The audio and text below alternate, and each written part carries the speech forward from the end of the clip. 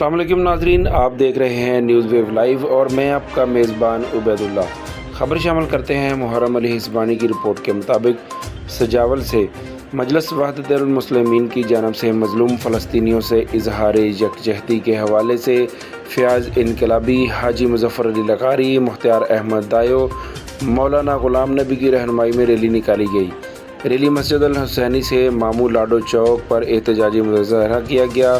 اس موقع پر رہنما نے کہا، دنیا دیکھ رہی ہے کہ مظلوم فلسطینیوں پر ظلم کیا جا رہا ہے۔ اس سے ثابت ہوا کہ عالمی دہشت گرد اسرائیل اور امریکہ ہیں، جو اتنا ظلم کر کے خود کو دکھایا ہے کہ وہ دہشت گرد ممالک ہیں۔ مظلوم فلسطینیوں کی شہادتیں رائے گاہ نہیں جائیں گی۔